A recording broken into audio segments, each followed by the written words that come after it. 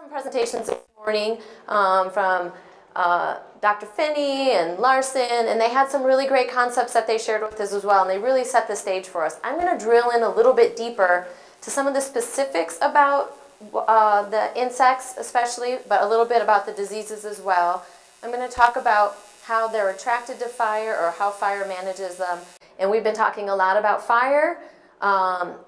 I'm going to talk a bit about insects and diseases, and a lot of times we talk about insects and diseases as a disturbance event. Again, take the mountain pine beetle outbreak from 1999 to 2015 that we had here in Montana. That was a major disturbance event. It acted a lot like fire. We talked about it like fire. It played ecologically like fire as well in a lot of ways.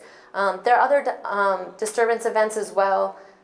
Wind throw, if any of you especially are from the northwest part of the state, say near Whitefish Lake, you are very familiar with the impacts of wind throw because it's been happening. You've had multiple major events over the last few years in the winter, and they've had, you know, pretty big patch size and pretty big impacts. And then avalanche as well. A lot of us don't have property or managed properties that are in avalanche chutes, but those are disturbance events as well, and those can change the pattern of the forest quite significantly. These aren't all landscape scale replacements. Sometimes they are. Sometimes when you get a fire or mountain pine beetle outbreak through even-aged lodgepole pine, it's going to be stand replacing. Anybody who's driven over Homestake or up Boulder can see where that's definitely happened. Or sometimes it'll be in patches, a mosaic, and then this picture in the background is kind of an example of that, where you have some spots of some of this disturbance. Some of them don't tend towards that, like wind throw in lodgepole pine tends to be a pretty big impact versus, like, you know, some of the other insects or diseases can be small patches, and they diversify the landscape.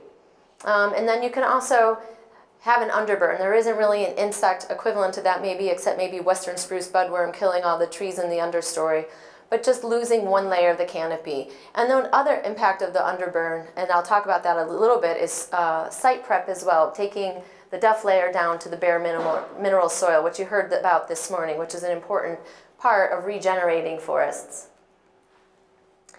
And this is a really simplified concept of succession, and there has been a lot of discussion. Some of us, when we were in college and took our ecology classes, it was like a pretty linear trajectory of, you know, pioneer species over to the climax. And there's kind of a more nuanced approach to that now, and I think a lot of us who have watched forests or worked in forests see that it's not always a one-way, you know, maturation, endpoint, progression of forests. But I'm going to break it down into simplification a little bit because it talks about structure and species, and that's really going to dictate a lot of what's going on with insects and diseases. So one group is like early sterile species. I'm going to be really simplified too. I'm going to give them two categories. Early sterile species, so these require full sun in the mineral soil. And Dr. Finney talked a little bit about how, well, maybe a lot about how, you know, doing mechanical treatments doesn't entirely replicate the impacts of a fire. And that's really important when we talk about establishment of a lot of these early sterile species, because many times you can thin a stand, but you still have a pretty thick duff layer that's not going to really promote regeneration of some species, such as aspen or some of the other earlier pioneer species that we're looking for. And so these often establish after disturbance or in really harsh sites like in upper high alpine ecosystems or rocky soils.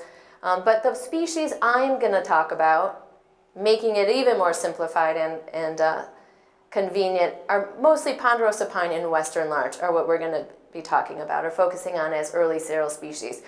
Versus late successional, this is more of like a mature forest, and these are the ones, this species that can tolerate shade. They can grow up in the understory, and they thrive in the understory. They don't need fresh disturbance or bare mineral soil necessarily. Again, oversimplification, so there's a lot to be said about some of the nuances about this, but mostly we're talking about the species such as Douglas fir, of which we have quite a bit on the landscape, easily growing up in the understory, also quite prone to insects and diseases, grand fir and subalpine fir. There's quite a few different interactions with insects and diseases, potential interactions. It can go a lot of different ways when there's fire introduced. So directly after a fire, you know, fire can serve to just outright kill insects and diseases. Not all of them, though. But they can, you know, you have a stand that's infested with Fir Beetle and it burns up, or you have a stand that has Western Spruce Budworm and it burns up. Well, it does take care of the budworm for sure. The other challenge though is, or the other effect could be, they can attract a lot of insects especially. There are a lot of beetles, wood-boring insects, and wasps that actually can hone in to the infrared and find the stands. Those of you who've worked in the woods after a fire have probably seen a lot of ichneumoniid wasps after a fire. They're drilling right into the bark and laying eggs, ovipositing, as there's still smoke and heat emanating from those trees. So those insects are able to just come in right as the fire's burning or right after it's done. And so you can draw them in. Oftentimes, those insects are not ones that are particularly concerning to our management objectives. Then there's the indirect effect of wildfire. And so after a fire goes through, there may be trees that are fire scorched or compromised in some way or the other. Dr. Larson was talking about finish the job as a management tactic. Like the fire comes through and it helps you achieve some of your management objectives, but there are things that are still there on the landscape. And so those trees can actually become attractive to some insects as well. So we'll talk a little bit about fire-scorched trees and how susceptible they are, especially to bark beetles. Should have worn my glasses. These compromised trees can be great host material. We're talking especially Douglas Fir Beetle. And Douglas Fir Beetle is on the rise throughout the host range in Montana right now. And those insects oftentimes can find those compromised trees and then amplify their populations. They just reproduce, they're really successful. This was talked about again this morning. And then they, just by sheer numbers, can reach out into other fresh, healthy trees. And these refugia, we talked about, I think Frank Moss brought this up too in the morning. We were talking about there's some residual trees that are left after a fire. These can become a sink for insects and diseases. So the insects can come in there. Likewise, we might have those refugia and we want to keep them. Because we want to keep that green, those green trees on the landscape, but we also want to protect them, particularly from bark beetles, and we'll talk about that a little bit as well. But dwarf mistletoes, you can get a fire that comes through and really cleans up the stand, but you have one little pocket, say, of lodgepole left, and it's just hammered with a mistletoe infection. That can harbor, it can kind of be a sink for then the residual forest. When you have specific questions about that, you can ask Jill. Should have complimented her. So the potential interactions, sorry, I need to stand closer so I can see my slides better. And likewise, lack of fire is a big issue. A lot of times, especially when we're dealing with like spruce budworm, I think it's really funny to joke about like, oh, we're not dealing with an outbreak of insects, we're dealing with an outbreak of trees. But truly, in many cases, that's what we're dealing with. There's just such a continuous landscape of hosts of the same age. They're struggling along. That's actually the issue. So I'm very interested. I'm impressed to see so many of you here because I thought the prescribed fire conversation was also really interesting because so much of what we talk about with insects and diseases is a result of lack of fire, be it at a stand level or across Montana. So bark beetles interact with fire pretty directly.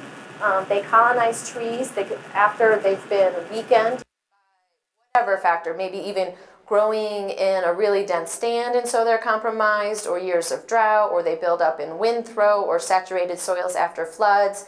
In this case, when fire has gone through and scorched a stand or scorched trees, they are also very attractive to bark beetles as well. And so then the population can amplify once they get in there and they can reproduce really well. But bark beetles work, and I'm sure many of you know this, but they kill a tree by boring into the tree, and then they lead a gallery, and they lay eggs along the gallery, and then those larvae hatch from the eggs, and then they further girdle the tree, and they also introduce the blue stain fungi. Like this is something that we've seen quite a bit. If anyone is trying to harvest their stand after a mountain pine beetle outbreak, you realize that maybe you've lost some value when you get the blue stain in there. And these kill the trees outright. There's no hit or miss. I mean, these bark beetles mass attack, and the trees, it's game over for the tree. And so it can be an individual tree, like the case of fir engraver. It's kind of trees here and there. or it can be an entire stand. One of the things that's important to realize too when you're managing for bark beetles is that a lot of times the trees can be infested, but the crown of the tree is still green. So the beetles I'm going to talk about, it takes them 1 year to develop in the tree. So say in the case of Dougford beetle, which I'll talk about their life cycle, they'll hit the tree, they'll take a year to develop, but you may not know that they're in there because the tree crown is still green and it doesn't turn red until the beetles leave. There are certain species of concern. There are hundreds and hundreds of bark beetles in Montana alone and in the Intermountain West. There are only a handful of them that we generally talk about when we talk about forest management and we talk about our management objectives. And the biggest ones here right now with fire are Fir Beetle, Western Pine Beetle, Red Turpentine Beetle, and Pine Engraver. So really just 4 main bark beetles we're worried about. Notice Mountain Pine Beetle isn't on this list. And Mountain Pine Beetle and fire interactions are quite a bit different. These beetles that I listed as species of concern are actually more, we call them secondary beetles, just because they're not as aggressive. They need the tree to be compromised in some way in order to be really successful. Mountain Pine Beetle is a little bit more aggressive and can overcome and actually needs somewhat healthy trees. All those bark beetles look pretty similar, unless you put them underneath the microscope. So Douglas Fir Beetle, this is the first one I'm going to talk about, and this one actually I feel like is the most relevant and the one that you guys are probably thinking about the most in relation to wildfire. As the name implies, Douglas Fir Beetle hits Douglas fir, but if you have larch, western larch on your property that has blown down, again, northwest part of the state, this has been a pretty big deal, Douglas Fir Beetle can develop in those trees as well. But mostly it's a Doug fir pest. And they work like other bark beetles. They mass attack and outright kill the tree. So once your tree is infested, it's game over. It's done. The tree is done. And Douglas Fir Beetle is attracted to trees, very attracted to trees that are fire scorched, partially fire scorched, not totally killed, not like on its last leg and ready to go out, but the trees that maybe you look at and say, you know, oh good, they made it. Well, bark beetle's got its eye out for them.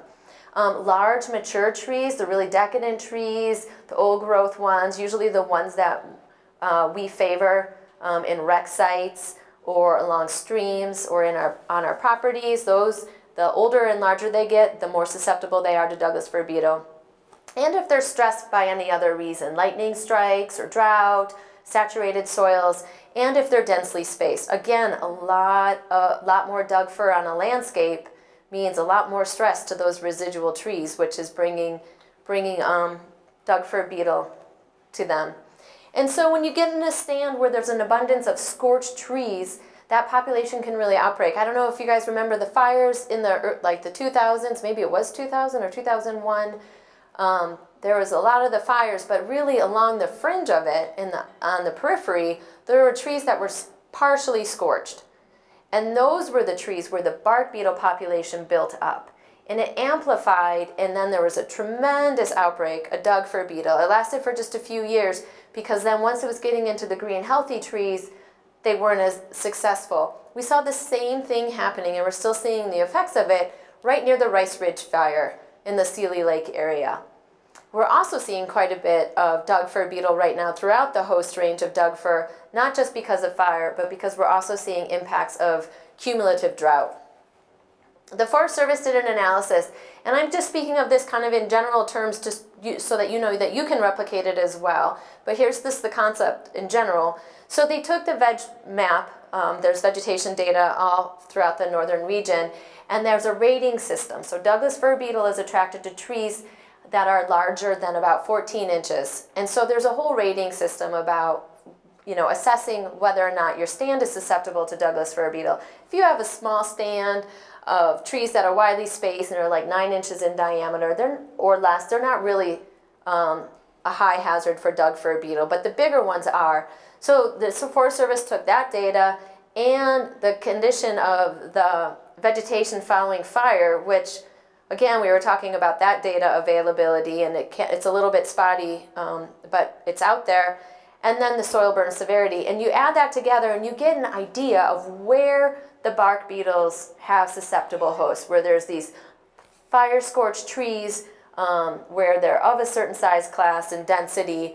And then then adding a 2 to 5 mile buffer around that as well, because that's kind of the area of influence with Dougford beetle typically.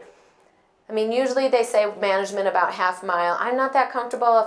If I were to have Dougford beetle within a mile, I'd probably be actively managing. And then after the Rice Ridge fire, then they were able to find these areas that were high susceptibility for Douglas fir beetle. And so you can do similar analyses for areas of interest that you're managing as well. And because we're going to talk about managing Dougford beetle, I want to make sure we have the identification dialed in. I know pretty much everybody in this room can identify mountain pine beetle driving 75 along the highway, but Dougford beetle is a little bit trickier. You actually have to get up to the crown and up to the bole of the tree and actually look for the red-brown boring dust. They don't have pitch tubes, and those pitch streamers that you see in Doug fir are not reliable indicators that it's been infested by Dougford beetle. There have been some studies where they did assessments of the upper bole of the tree to look for the streamers and then cut them down and found that there were not galleries associated. So you really need to find this red-brown boring dust. And a lot of times we give presentations that have just like the absolute prettiest, best pictures that you actually don't see in the woods. But this really is truly what the boring dust looks like. It is quite bright. Sometimes you'll see it a little bit more faded, but you can find it. You can even find it after snow. So if you were to go out right now in the spring and look around, and you could see the red-brown boring dust in the bark crevices. Another indicator are the galleries. And Dougford beetle has a really distinct gallery, but honestly, if you're going to have a long gallery in a Dougford tree, it's pretty likely it's Dougford beetle. They do this beautiful alternation of some eggs on one side and then they switch and have eggs on the other side. That's indicative, but this is typically more what it looks like when you go out and look at your tree. And so to manage the Dougford beetle, we talked a little bit about identifying the trees that are infested, and that's great. It's called brood tree removal, and if you can do it, if you can get out and find those trees that have that green crown that are currently infested, you can remove them on a small scale. You're not going to be able to do that necessarily over 100,000 acres, but if you're working in a woodlot or along a, you know, in a wind shelter belt or something like that, you can do that. Another thing you can do is remove the highly susceptible trees.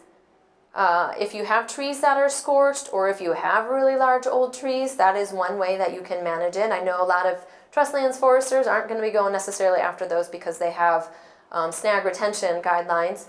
Or you can just overall thin your stand to increase the vigor of those residual trees. And that's going to help those trees fend off the beetles more. You can also apply traps. You can do trap logs, which kind of works, or I know some of you guys have heard about using the baited funnel traps. That could potentially work if you're in an area with fire to pull the beetles out of the trees and into a trap. And that works great if you have a place where you don't care about beetles going into the stand. So if you have an area that just burned and there are no trees, no live trees that you're trying to protect, sure, you can put traps up there and pull them out of an adjacent stand. But if you have green trees you want, you're going to just pull beetles into those green trees because they're not going to. So I really, really discourage people from using pheromone-baited traps. I've tried it. I've killed a lot of trees. And the semiochemical companies have really tried to tone down the chemicals as well so that they're not so strong. But it's really not an ideal management option unless you are specifically pulling beetles out of a bit of a patch that's been left. But the most common recommendation after fire, and this is a common one right now, is to apply MCH. Oh, sorry, I should do review the life cycle as well. So Dougford beetle spends its winter under the bark as an adult. They're like a light brown adult, and then they mature and they're a darker adult. But they're ready to fly as soon as we get some nice warm 60-degree days back to back. We haven't quite gotten there yet. But about mid-May, they're ready to fly. So they're the first off in the season. So a lot of times when we're managing for bark beetles, we're doing it when there's still snow on the ground because we're trying to remove those trees before they fly in the early spring.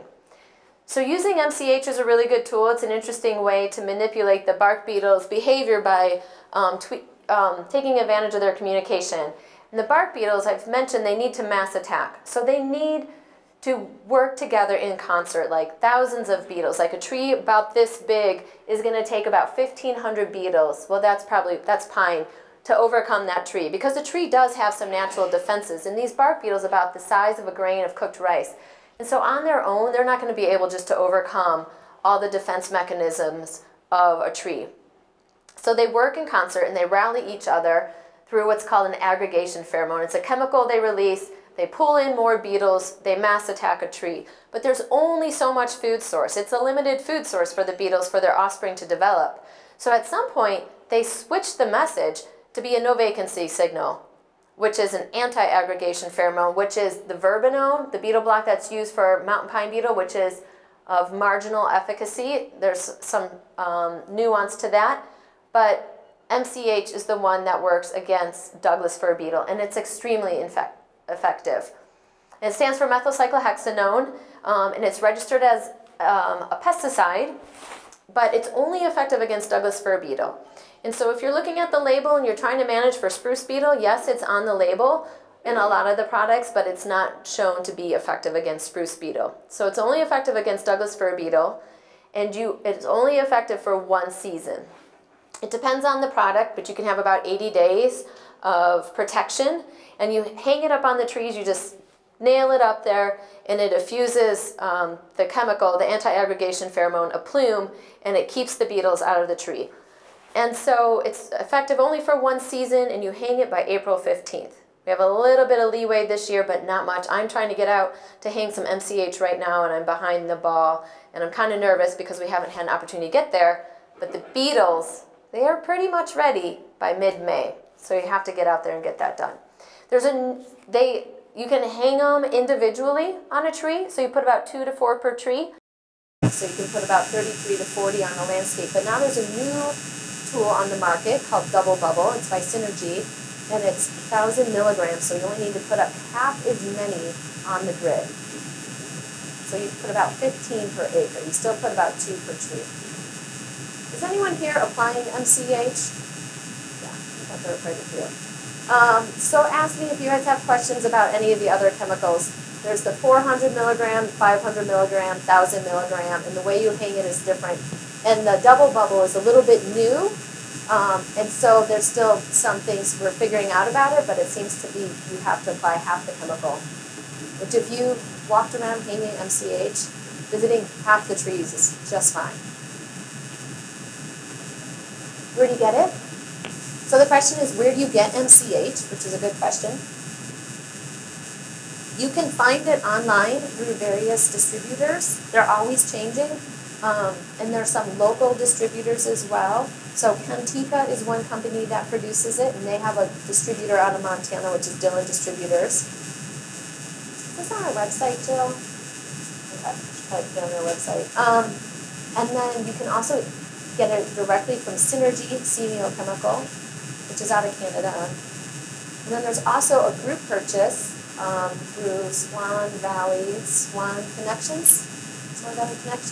And so they order for landowners and distribute. And if you run it, and sometimes in really big years, you can find it at Ace or Murdoch's or Cenex or something like that. So, and silviculture, I'm talking about silviculture just briefly, and this is a picture of Ponderosa Pine, even though I'm talking a lot about Douglas fir, but also this relates to Western Pine Beetle as well. So removing the brood trees is one vegetation management, removing trees that are susceptible and increasing the vigor, but also changing the host that you have. So if you're in an area where there's been a lot of fire and Dougford beetle is rampant, protecting the Ponderosa Pine, for example, is really a pretty useful management tool. And when you're finishing the job of wildfire, thinking about what species you want to promote is an option you have through veg management after the wildfire. You can also alter the microclimate, and this is an important point, is that you're altering the microclimate, so the trees take a little while to have enough vigor to rebound and have that to be able to fend off the beetles. But what's happening on an immediate scale is that you're actually changing the microclimate within the stand, and you can change the wind patterns. You can increase the wind speed. And these chemical messages that we're talking about host attraction, finding their host trees and mass attacking, those chemicals can be dispersed, those messages can be dispersed, and it can impact how successful the beetles are. So you may not see an impact right away with the residual vigor of the tree, but you can see an impact on how it affects the beetle's ability to locate hosts.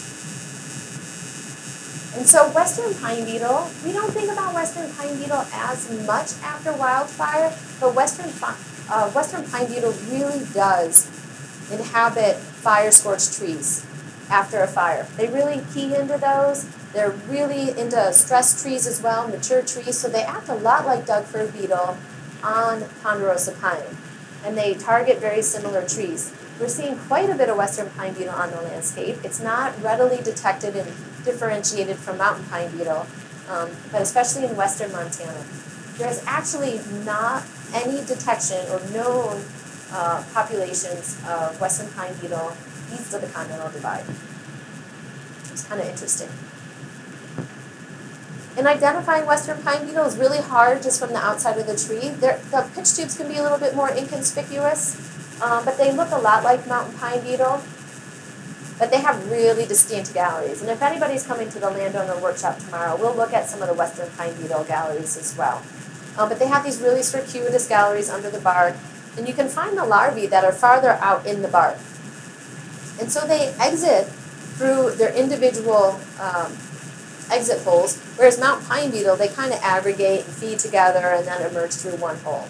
It looks like your tree's been hit with an ice pick. And so you'll get those shot all over. And then you can also find that woodpeckers often go after the larvae when they're in the tree because they're farther out in the bark.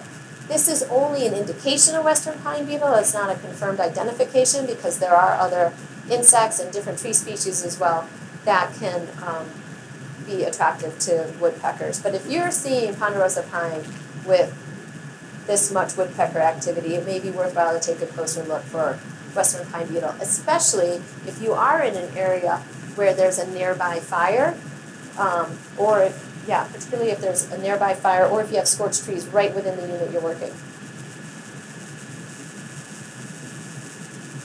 Managing Western Pine Beetle, you can really just get rid of maybe the susceptible host, maybe the brood trees. If you can find the brood trees, they can be a little bit tricky to identify sometimes before they've gotten too far along. But really, the only thing you can do for a Western Pine Beetle is really thin the stands to increase the vigor of those residual trees. And so often we see Western Pine Beetle coming into stands when the stands are stressed for some reason. A lot of times it's because they're just overstocked in many ways. But there are no pheromones that work. So we have the pheromones for Mountain Pine Beetle, but they don't work against Western Pine Beetle. We're seeing a lot of verbenone application in areas that's actually Western Pine Beetle. And if you're in an area where there's been a lot of fire activity and you're worried about Western Pine Beetle, that is a warranted concern, especially if you have a refugia of the pine you want to hang on to, especially those big, large ones that are so valuable for snags and other wildlife habitat, but verbenone is not going to work against them. Or as of right now, we don't know it to work. There's ongoing research. Another bark beetle that acts a lot like some of these other beetles is red turpentine beetle. The nice thing about red turpentine beetle, however, it does not kill the trees. So I was saying a lot of these bark beetles outright kill the trees. Red turpentine beetle does not. If red turpentine beetle is in such abundance that a tree is killed, there is an underlying issue that is actually the problem. We have seen red turpentine beetle causing damage to trees and killing trees, like up in Libby when they were doing the soil remediation, or in campgrounds where people are backing up their camper into the same tree over and over again.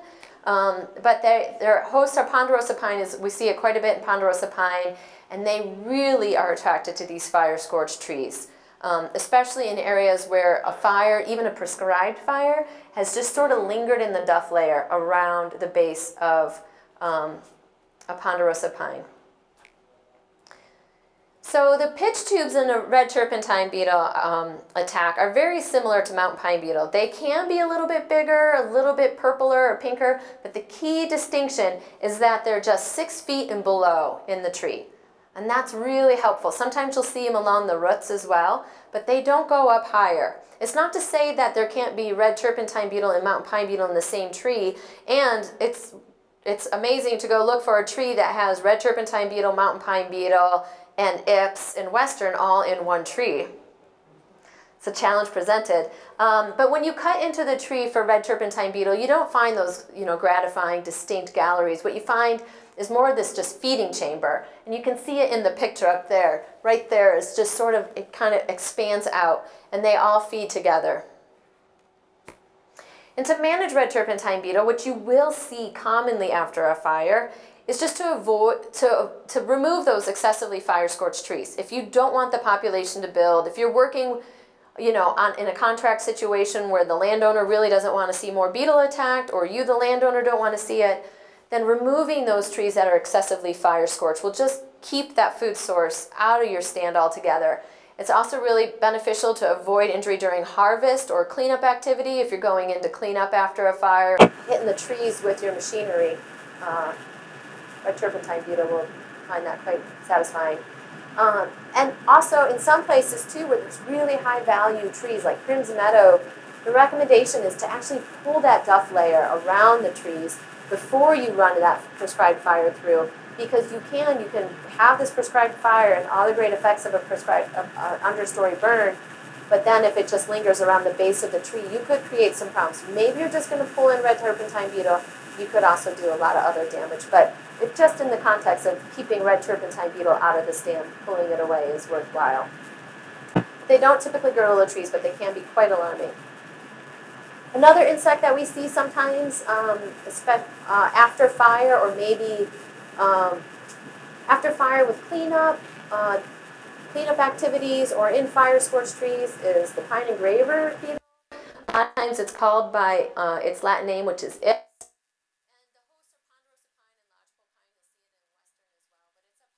She's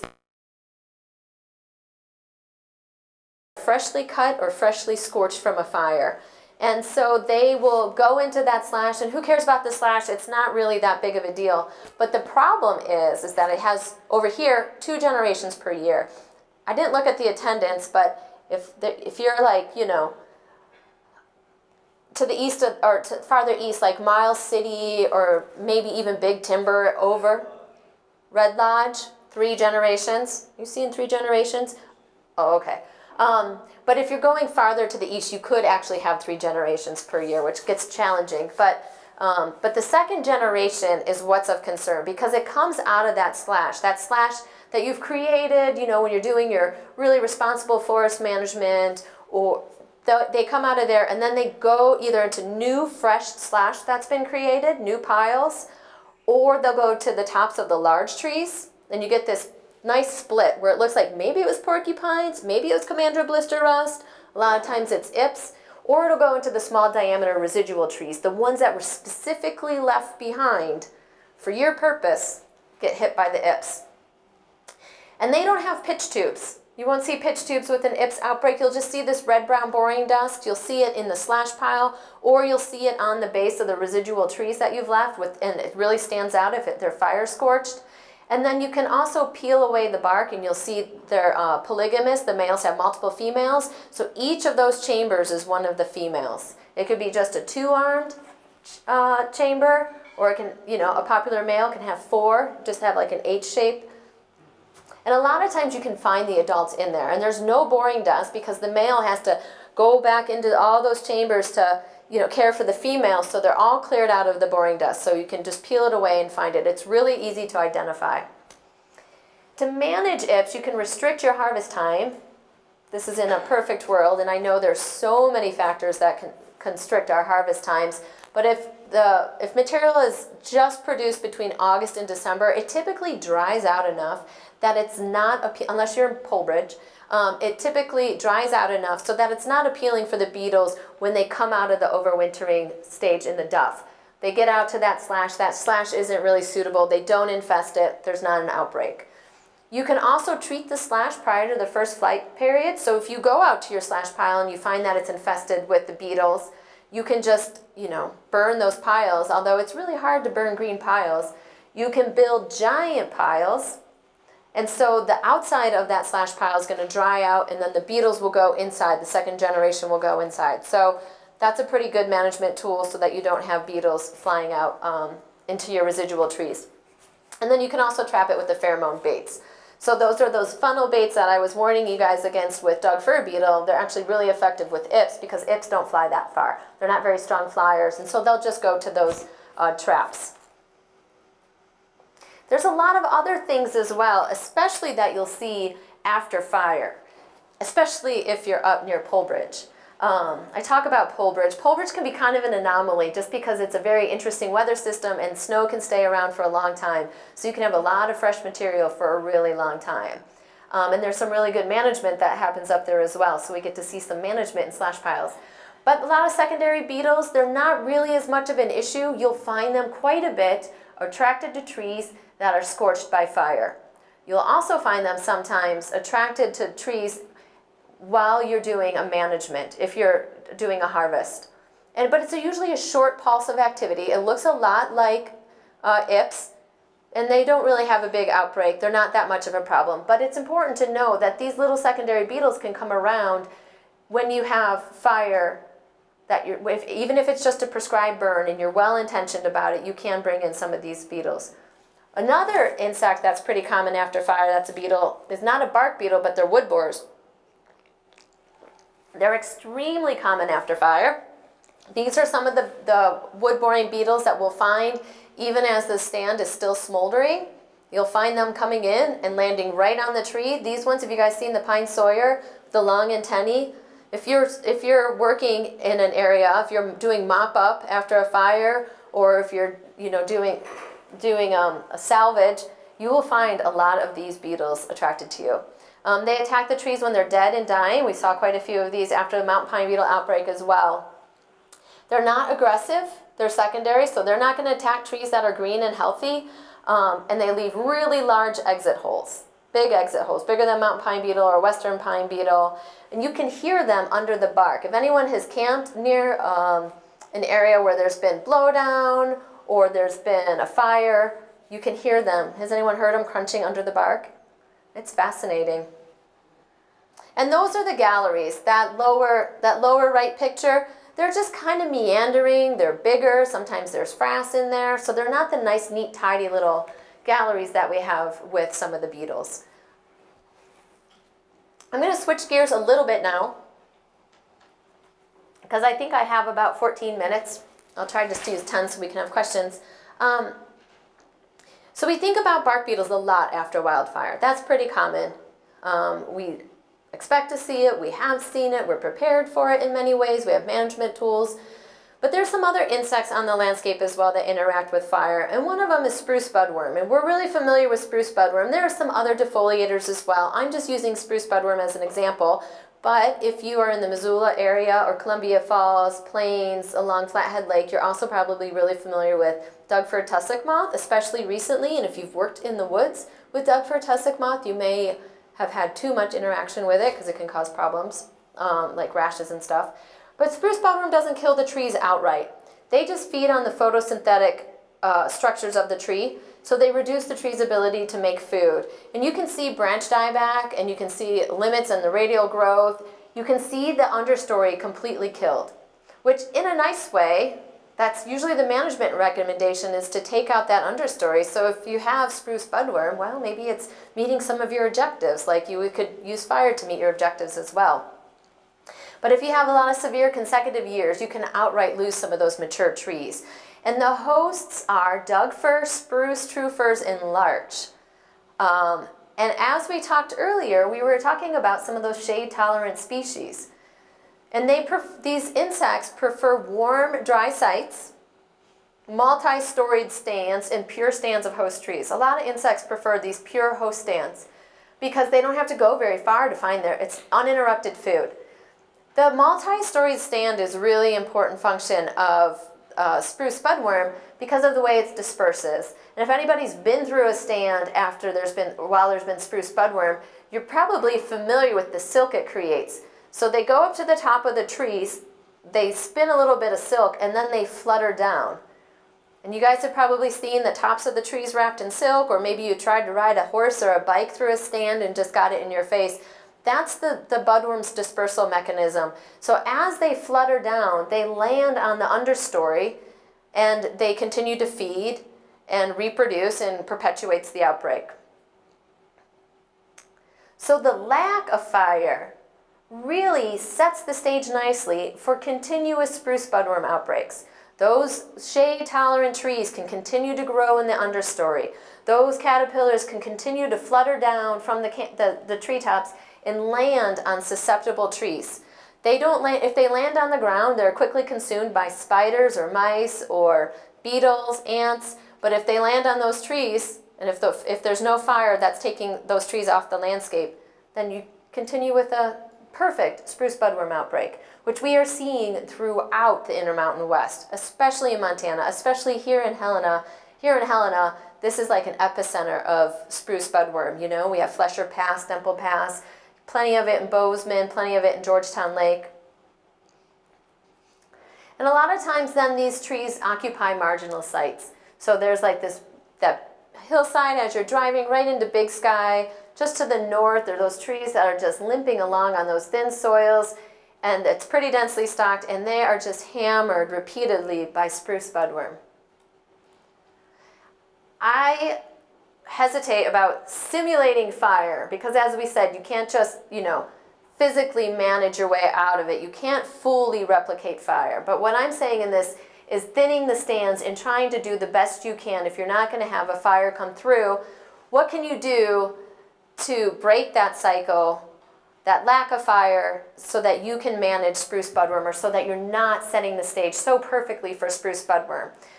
The objective is to really thin the stands, one, so that those trees, they have enough vigor and that they can withstand some years of defoliation. The trees will still get defoliated, it's just that the defoliation won't necessarily kill the tree. Because they will have some stores in the root system of carbohydrates, and they'll have more access to water and light. But you can also create the single layer. You can either take off the top layer, take off the overstory, or take off the understory.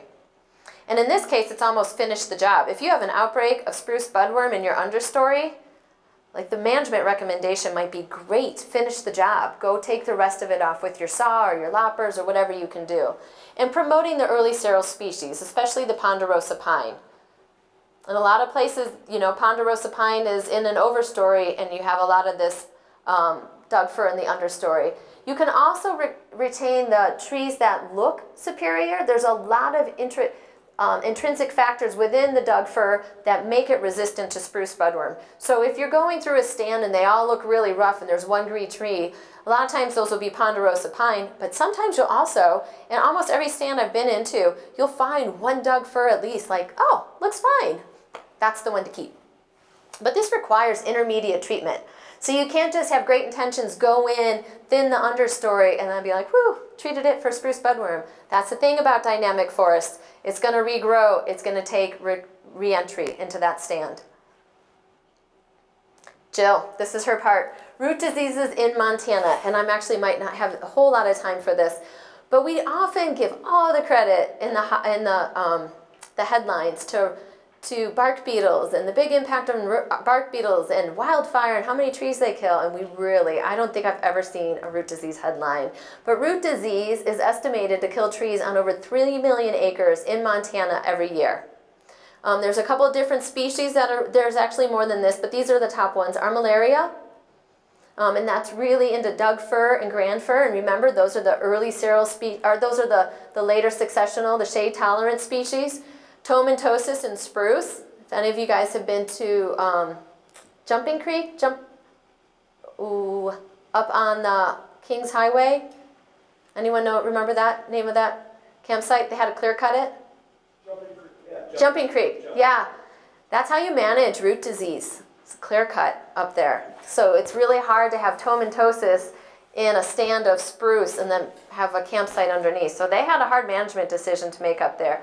Heterobasidian, there's two types, the P type and the S type, Jill, and one's in the Ponderosa, and then Schwinitziae in Dougford.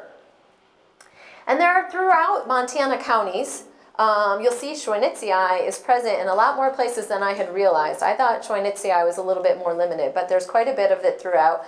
And a lot of you are in areas where armillaria is pretty common. This is just a quick schematic. This is not mine. Rick Fletcher out of Oregon State University put this schematic together. But it talks about how root diseases work, which I think is a really nice visual. I like this slide. It shows where the dead tree is. And oh yeah, there's a dead tree. But where the fungal material reaches out on the roots, then you get out to symptomatic trees. And then you can even have it almost out into healthy trees. It just continues through the root community.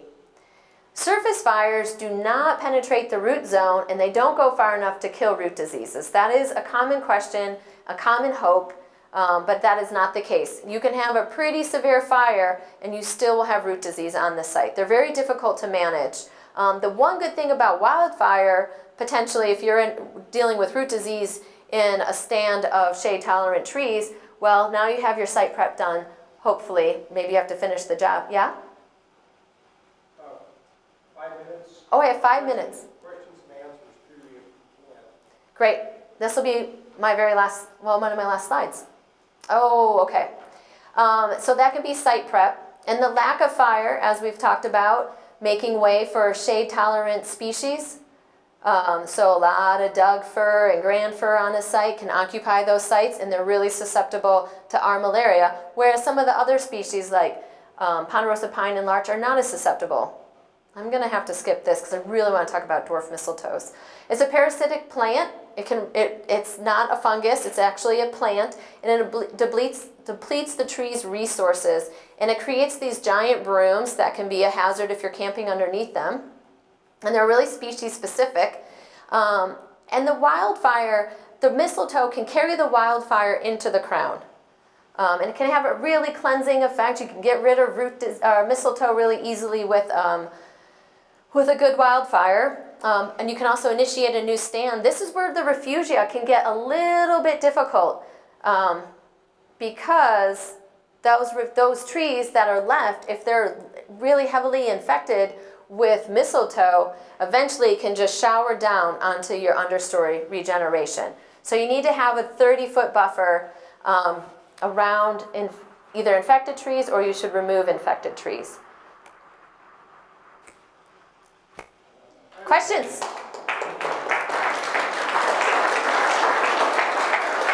I was so worried I couldn't fill an hour.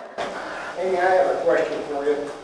So the Forest Service is often criticized after a fire because you have the issue of trying to salvage, and say in Doug fir, and you also have the issue of critics saying, well, you're cutting down these trees that look perfectly green to us. Guidelines that maybe are available to maybe make some kind of qualified determination of the likeliness if they're not going to survive. Okay, I'm supposed to summarize your question, and that's going to be kind of difficult. And I am not going to speak on behalf of the Forest Service management, so I'll swing that to the state. And so the question is, you know, there's the desire after a fire to remove merchantable volume and to salvage, and then what's the likelihood of green trees surviving because you also have some pressure to keep them, especially snag retention, old growth retention, etc. Is that close? And so how do you make that determination? So there actually are guides that are published, and I actually have them with me that I'll bring tomorrow, that talk about assessing whether or not your tree is going to survive after a wildfire, and those are really good guides as well. But if you are managing a piece of property, or however big, and you really want to save those trees, there are tools that are available. Like if you really want to deter the impacts of Fir Beetle, for example, you can use MCH. How big of a landscape are you really going to go out and protect? I think that's going to be the deciding factor. But on small scale, for short term, using an MCH to deter the beetles could be helpful. I don't know how very much I answered your question though. Sorry. I'm going to go to Dennis. His question, I hope, is easier. It's easier not. Dennis! Well, you know, it kind of really depends how much, if there's Dougford on your landscape too, within 2 to 5 miles, right? So, and then if you're talking about employing MCH, wouldn't you probably do it every year for 2 or 3 consecutive years? Yeah, so Dennis is making a really good point about for how long are your trees susceptible to Dougford beetle after a fire. And yes, 2 to 3 years. And lately I've been saying maybe a little bit longer as well, because if you still have drought impacts in the area, populations can still be high. The stress could be the fire that brought the beetles in, but it could also be drought conditions that perpetuate the outbreak as well. So 2 to 3 years might be good. It could also be for how long you're comfortable and peace of mind, if resources are available, how valuable are the trees. Like if you're in a campground and you're managing a campground, you may want to do it every year, and it may not be that dependent on whether or not you're within 2 to 5 miles of bark beetles. It may just be peace of mind and liability and preserving the aesthetics as well. Could I follow up with one more? Yeah. What about after pruning? Okay, and you have situations where you may have Douglas fir bark beetle in pockets and that you can see, you know, off on a hillside somewhere. And you're pruning trees and you have active sap flow. Okay, are they attracted? Would they be attracted to that? So the question is, are Dougford beetle attracted to trees when you're actively pruning? And that's a great question also with red turpentine beetle, because I know that that can actually be more of an issue. It depends on how close they are, you know, and when are you pruning too? I would keep that in mind is when the beetles are flying. So Dougford beetle is typically flying about mid-May. So if you can limit your time on pruning, like do you need to prune in mid-May? Hopefully not, maybe not. And if you can put that off to a time period where it's not, the beetles aren't particularly active, then that's great. Like if you can wait till later in the summer, that's fine. I'm talking about winter pruning and the sap flow that happens afterwards and the use of MCH as a deterrent after pruning. That's really specific. I think. Sorry. That sounds like. It's a cheap way of buying insurance. It can't, yeah. If you have any concern about Dougford beetle, I'm not particularly concerned about the sap flow after pruning. Maybe I should be. I don't know how much pruning is happening, but yeah, if you're putting that much effort into preserving your Doug fir, it's cheap insurance to further protect them. Amy, thanks so much. You're welcome.